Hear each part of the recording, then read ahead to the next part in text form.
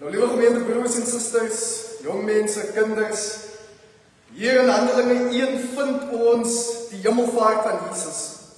En in vers 6 is die pertinente vraag wat die disippels vra: Here, gaan U in hierdie tyd die koninkryk vir Israel weer oprig? Hulle vra die vraag net voor die hemelvaart van Jesus.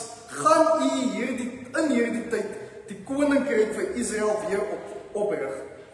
Hierdie vraag stel ten toon omtrent die verwagtinge, die verlange, maar ook die gemoedstoestand van die disippels in die 40 dae nadat die Here opgestaan het en met hulle wandel, voordat hy dan nou as te ware die hemel invaar. In hierdie tyd lees ons raak in Lukas 24 iets omtrent die emosies wat die disippels deurgaan.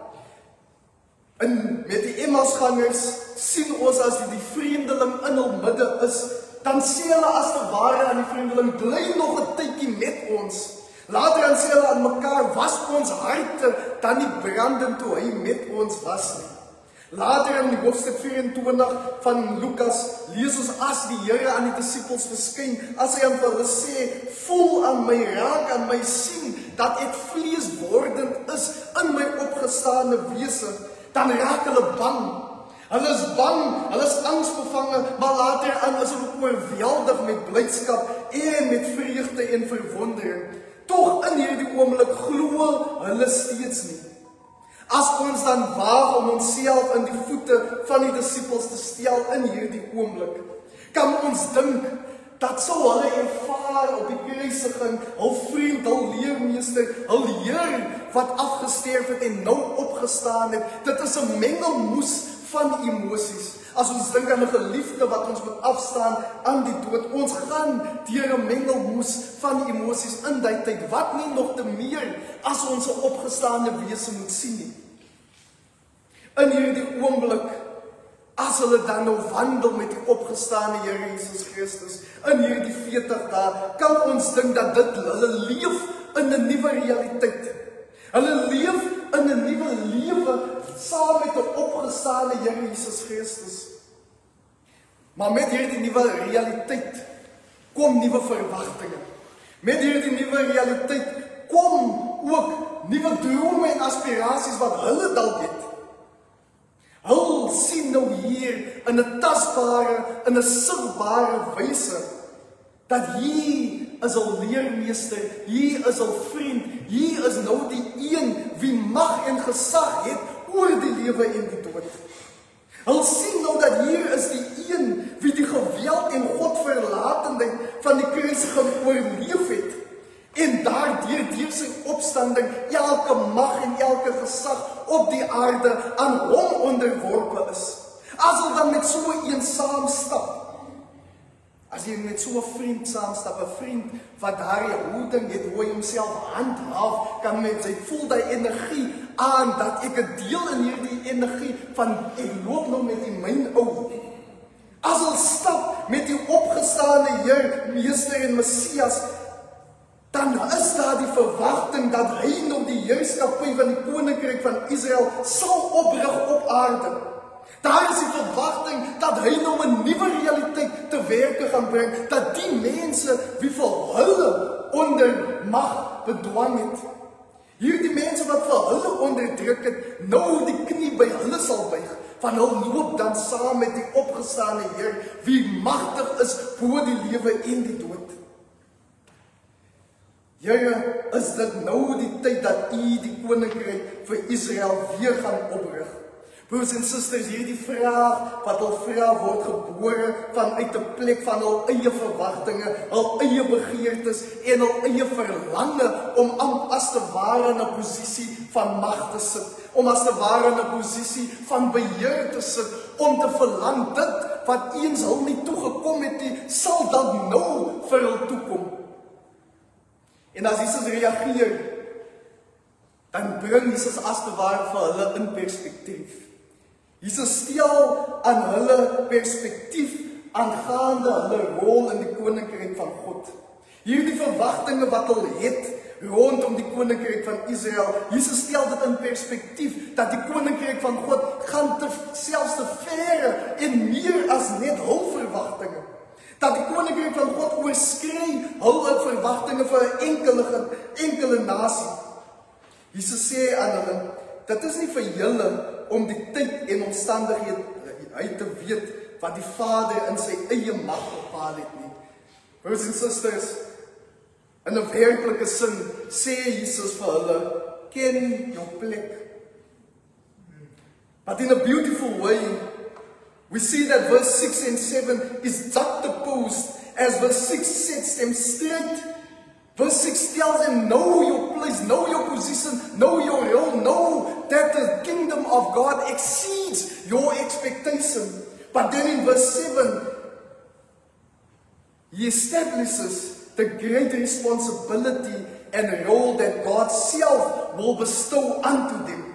But you will receive power when the Holy Spirit comes on you, and you will be my witnesses in Jerusalem and in all Judea and Samaria and to the ends of the earth.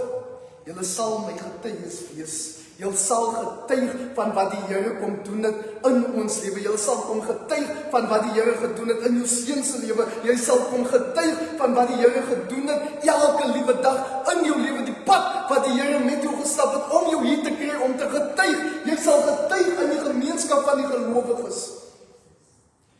You will receive power when the Holy Spirit comes on you, and you will be my witnesses in Jerusalem and in all Judea and Samaria and to the ends of the earth. They expected power, they expected might, they expected some sort of status, but here they are to receive the power not determined by world standards, but a power that reflects the inherent abilities of God. Here the Greek word refers to dunamis, which sounds like the English word dynamic. And together this word power, dunamis, together with the Holy Spirit, refers to a creative force with the ability to give and sustain life and work in relation with creation and the whole of the cosmos. Importantly, when they receive the life-giving power of the Holy Spirit, Jesus declares, you will be my witnesses. They are to become the witnesses of the crucified and resurrected Lord. The power they receive is a responsibility to witness of the life of Jesus. They are to witness of his life, of his ministry, of his death, of his resurrection, but also of his revelation according to the Holy Scripture. Wat meer sal dit dan nou inhou? Broers en susters, dit hou in dat hulle word getuies van die koninkryk van God, soos dit vergestald is deur die Jesus die Seun hier op aarde deur die werke van die Heilige Gees. Hoe lyk hierdie koninkryk dan? Hoe lyk hierdie koninkryk van wat hulle moet getuig, van wie hulle moet getuig?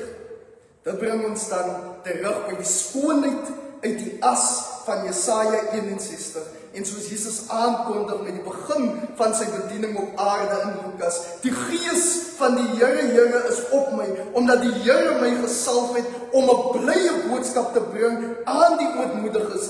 Hy het my gestuur om te verbind die gebrokenes van hart, om vir die gevangenes 'n vrylating uit te roep en vir die geboeides opening van die gevangenes. Dit is die skoonheid van die koninkryk van God. Dit is die skoonheid van die as, dat in die koninkryk van God is daar juis plek vir die gebrokenes van hart. In die koninkryk van God is daar juis plek vir die wat geboei is deur die magte van die wêreld. In die koninkryk van God is daar juis plek vir die wat gevangenes geneem is deur die bose wêreld en die bose magte hier om ons, maar dat die Here 'n verandering kan bring.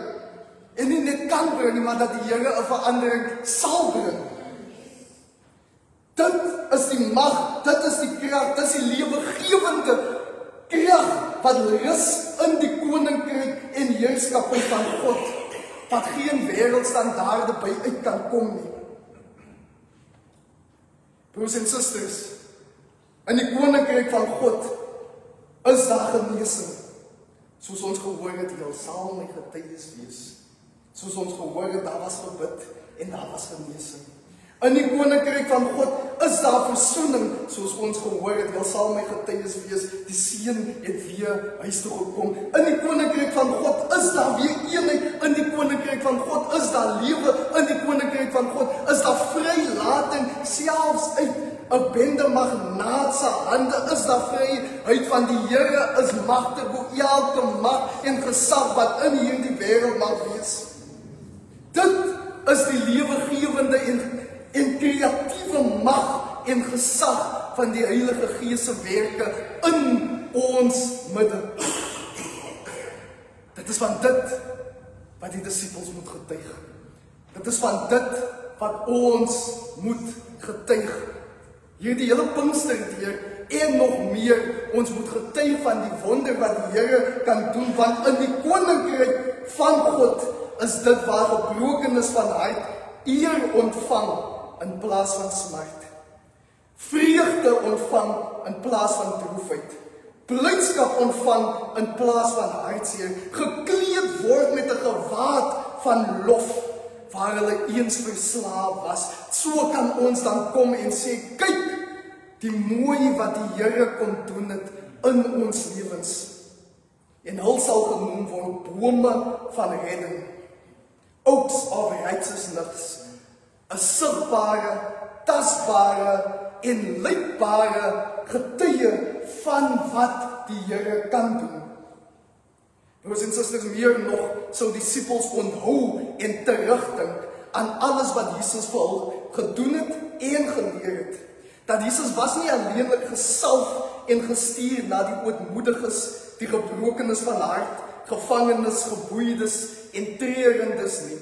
Nee, maar deur sy selfopofferende liefde het Jesus dit self ook geword en self op homself geneem. Jesus self was gebrokene van hart op tyd. Jesus self het geween en getreur op tyd. Jesus self was geboei en vervolg en tot op Golgotha gekruisig. Maar selfs op Golgotha het Jesus steeds liefde, deernis en omgee betoon. Het Jesus steeds tentoongestel en beliggaam die geregtigheid van God. Selfs al het sy eie disippels hom verwerp en ver weggestaan, het Jesus steeds aan hulle tentoongestel in hul midde, dat die koninkryk van God gaan juis oor tweede kanse. In liefde het Jesus alles, maar alles wat die wêreld na sy kant toe kom, kon gooi, op homself geneem en steeds gereageer in liefde, in deernis en in geregtigheid. Nog meer het die grense van die wêreld oorskry en nuwe verhoudinge gebou en nuwe bande gesmee van Jerusalem tot in Judea tot in Samaria en hy roep die disippels om hierdie bediening voort te sit. Dat jy nuwe verhoudinge en nuwe bande moet smee wat selfs jou eie vooroordeele oorskry. Want ek wil mos sien, hy wil toe gaan nie. Of ek wil nie son ek toe gaan nie. Hulle hou mos van die so aan die kant van die pad. Of ek wil nie met die mense meng van hulle hou van die so aan die kant van die pad. Broers en susters, as het praat van die gebrokenes van hart, as het praat van die armes, as het praat van die ootmoediges, dan praat het nie van materiële besittings nie, maar dit praat van wat in jou hart aangaan. Soveel keer hoor ons, hulle kyk my groot huis aan. Hulle dink alles is fyn. Hulle kyk die kar wat ek ry, hulle dink alles is oké. Maar hulle ken nie my stryd hier binne nie. Hulle weet nie wat aangaan hier binne nie. Broers en susters, 'n eenvoudige huisbesoek kan die wêreld se verskil doen. 'n Eenvoudige huisbesoek om 'n koppie koffie of 'n koppie tee te drink en te luister na mekaar kan die wêreld se verskil teweegbring. Nie om te praat en net in te val of die dankoffertjie by die daarso by die hekkie te los nie. Maar as te ware in te gaan en te sit en tyd te maak vir mekaar en met mekaar te bid, dit kan die wêreld se verskil teweegbring. In hierdie oomblik waar Jesus dan vir hulle sê, julle sal my getuies word, julle moet uitgaan na Jerusalem, Judea, Samaria en tot die uiterste hoeke van die aarde. In hierdie oomblik waar die disippels die omvang van God se koninkryk besef, dat dit hul wildste drome oorskry. In hierdie oomblik is die einste oomblik dan van ons gewaar sy hemelvaart. In hierdie oomblik is dit die einste oomblik waar Jesus oorgee. En vir hul sê, dit is nou heel tyd. Want die koninkryk van God is van so 'n aard, dat Jesus vertrou die disippels om die bediening op aarde voor te sit. Dit spreek van 'n interafhanklikheid, hy maak al deel van God se plan vir die wêreld, vir die ganse wêreld.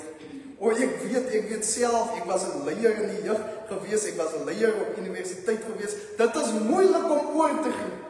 Ek gaan maar nooit my eie ervarings praat. Dit is moeilik om oor te gee, want jy het nou al die jare dinge so en so gedoen. Dit is die strukture wat in plek is, dit is die sisteme wat in plek is. Ons het gebou tot op hier. Hoe kan ek nou net oorgee? Ek weet nie wat hulle gaan doen verder nie. Die Here neem die disippels in sy vertroue en gee oor en sê, julle word nou geroep om die bediening van die koninkryk van God op aarde voor te sit. Sy hemelvaart beteken nie sy weggaan nie. Sy hemelvaart beteken juis, julle word nou opgeroep en opgerig om jou plek in die koninkryk van God in te neem. As Jesus speaks, so he ascends. The disciples witness a moment where any separation that they might have thought existed between heaven and earth disappears, and they witness the communion of earth and with heaven, and the ongoing divine presence of the Holy Spirit on earth. Broers en susters, as u weet wat dit is, as die Here in jou lewe inkom, waar u weet alleenlik, dit is nou die hemelse poorte wat vir my oopgegaan het, en die Here het direk in my lewe ingekom. Jou lewe kan nie meer dieselfde wees, jy kyk na jou lewe nie meer die oë en of die brille van die wêreld nie, maar jy kyk, jy bepaal jou lewe aan hand van die hemelse gang van God. Jy verstaan jou lewe in 'n nuwe lig, van God het in jou lewe ingekom, en in hierdie moment, in hierdie oomblik, as die Here dan in jou lewe inkom, in this moment when Jesus ascends into heaven, this God-given moment that the disciples witness, we should not be caught staring. We should not be caught being stagnant. We should not be caught as the nation of Exodus, as Moses and the people wanted to put on a statue. No. In hierdie oomblik sê die engele vir die disippels, waarom staan julle en kyk na die hemel? Hierdie Jesus wat van julle opgeneem is in die hemel, sal net so kom soos julle hom na die hemel sien wegvaar het. Daar's oomblikke in ons lewe waar ons weet, die Here het waarlik vir my deurgekom. Die Here het waarlik 'n deur vir my oopgemaak. En soms staan ons vas by slegs daardie oomblik. Die Here roep ons om aan te beweeg. As die Here in jou lewe ingekom het en jou smart in lofsang verander, as die Here in jou lewe ingekom het en die treurmare wat jy eens gesing het verander het in 'n lofprysing, dan moet jy nou voorbeweeg en 'n getuie dan word van wat die Here kom doen het in jou lewe. The disciples in this moment is called to go forth and go forth in the ministry of God. Hulle moet 'n stap in geloof neem terug na Jerusalem. Hulle weet nie wat wag vir hulle op Jerusalem nie. Hulle weet nie of hulle vervolg sal word as volgelinge van Jesus nie. Hulle weet nie hoe hulle ontvang sal word in Jerusalem nie. Maar hulle moet teruggaan. En soms is dit nie maklik om 'n stap in geloof te neem nie. Soms sê mense maar, broek staan stil, jou baas is nie bang nie. Soms weet jy nie hoe jy gaan maak nie. Maar wat die mooi ding is, as die disippels teruggaan na Jerusalem, as hulle stap in geloof, dan ontdek hulle dat hulle is nie alleen nie. Maar daar is ander gesalfdes, ander gestuurdes, ander getuies, ander gelowiges, wie hulle ontvang en wie saam met hulle bid, soos Handelinge 1 vers 14 lees, hulle het almal eensgesind volhard in die gebed. Broers en susters, as jy 'n oomblik beleef het waar die Here vir jou deurgekom het, dan moet jy nie huiwer om voort te gaan om te getuig van wat die Here vir jou gedoen het nie. Jy moet nie huiwer om voort te gaan om die werke van God in die kerk te kom doen nie. Jy moet nie huiwer om voort te gaan om die bediening van die Here voor te sit, om 'n dienaar van God te word nie. Jy moet nie huiwer nie, maar jy moet saam met ander gelowiges byeenkom en in eensgesind volhard in die gebed. Met hierdie tyd van Pinkster mag ons eensgesind volhard in gebed vir die wie gebroken is van hart. Mag ons eensgesind volhard in die gebed vir die wie treur. Mag ons eensgesind volhard vir die wie siek is, vir die wie dalk net lewensmoeg is. Maar mag ons eensgesind volhard in gebed vir die wie gebed verlang. Mag ons saamkom en saam met mekaar in hierdie Pinkstertyd bid, sodat elke liewe een van ons en selfs die wie nog buite dalk staan, maar net slegs hoor van wat in hierdie Pinkstertyd gebeur het, vanweë die getuienis van gelowiges, dan kan sê ek het die skoonheid van God ervaar, ek het ervaar die mooi wat die Here kan doen in my lewe. Amen. Kom ons